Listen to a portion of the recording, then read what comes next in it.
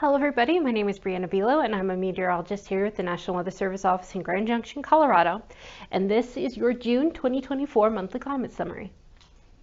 So starting off with our story of the month, we have the late month severe thunderstorms and flooding.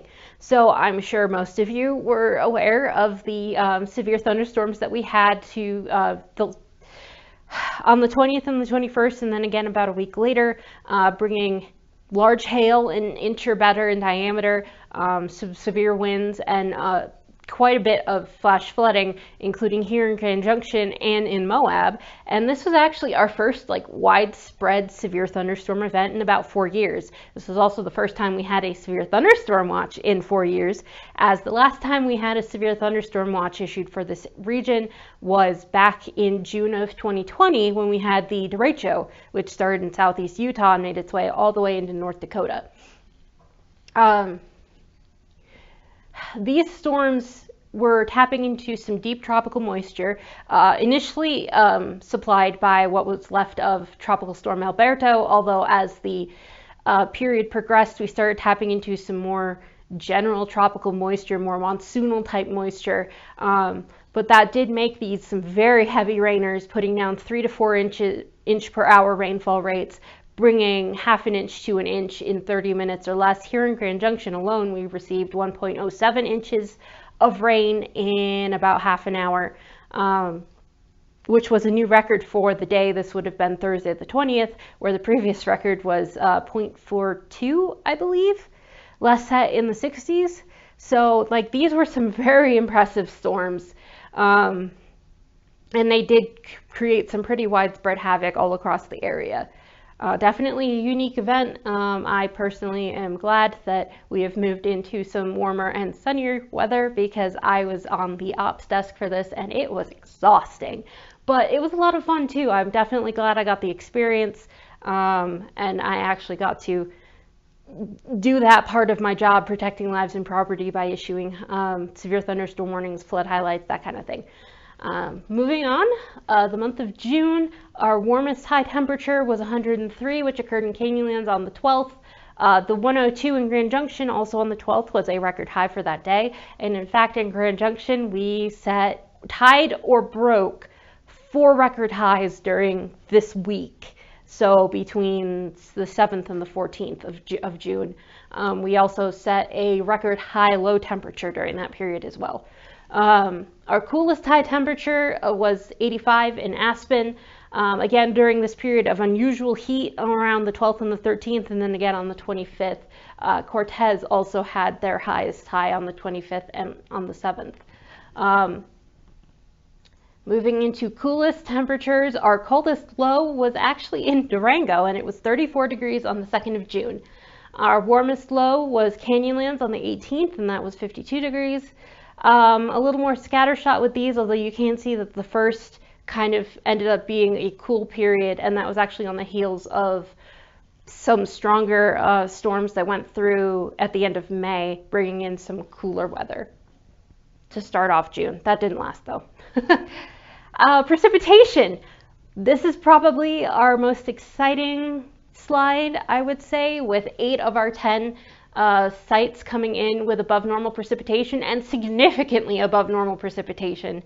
And then Poor Craig and unfortunately Vernal coming in at the bottom with some deficits here, but deficit of just about 0.3 of an inch in Craig, 0.14 in Vernal. So we've seen worse June deficits. We've seen June deficits in the inch amounts, so could have been significantly worse. But these departures in the positive direction, Durango, our big winner here, with over 3 inches total precipitation, which was almost 2 3/4 of an inch above normal. A solid inch of that fell on the last day of the month. I was actually working that day and watched it happen.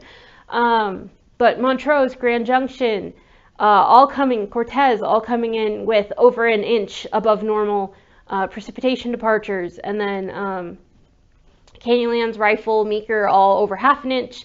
Aspen approaching half an inch. June is typically our dry month. these are totals we are more likely to see in July with monsoonal moisture, but we had them in June this year. So that's part of the reason why these departures are so impressive, is because June, most of these sites, their June totals are under an inch on average. So good news, and that translates well into our drought outlooks. So looking at the drought monitor, this is as of July 2nd. All of drought is gone. This yellow here is considered abnormally dry. That is D0. It is not considered a drought category for the sake of the drought tendency maps. And actually, this drought tendency map was made before this update because it reflects pockets of drought that no longer exist. We also significantly ate away at the drought here, the abnormally dry conditions across portions of south central and southwest Colorado, parts of southeast Utah. We do still maintain this abnormally dry condition along the Utah-Colorado border, mainly to the north. We do have a pocket here in southern Gunnison County as well. But overall, if you went back and look at last month's drought monitor compared to this one, and even a couple of months ago compared to this one, significant improvements thanks to that monsoonal moisture we received. And again, like I said, this drought tendency map must have been made before the drought monitor map was released, because it's showing pockets of drought persisting where there is no longer drought. Because like I said, D0 does not count for the sake of this map. So this is saying that there is at least D1 in these pockets, and there is not. So we may see drought return depending on how the month of July turns out, whether or not we see another push of monsoonal moisture, or if we end up seeing more of the dry conditions typical of June. But overall, good news. That moisture really helped us out. Snowpack update. This is going to be our last snowpack update of the year, at least until the snow starts flying again in September or October, because we have completely melted out. There is nothing left. This all occurred in June, because if you go back to the May summary, there was still snowpack, and there was still accumulating snowpack at some of the higher elevations. So month of June, warmer temperatures, higher sun angle, we've completely melted out. We did see some snowmelt flooding a little bit along mainly north, but for the most part, this was a fairly uneventful snowmelt season. We like to see that. And again, you won't see this slide again for a couple of months. Moving into the July outlook per the Climate Prediction Center, looking at above normal temperatures. This is significantly above normal. This is 70 to 80% tendency towards above normal.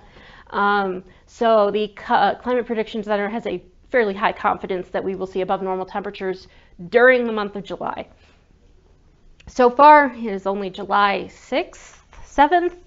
As of recording this video, we've maintained fairly normal temperatures, but we are moving into a period of expected high above normal temperatures. So this may still pan out. There's a lot of month left.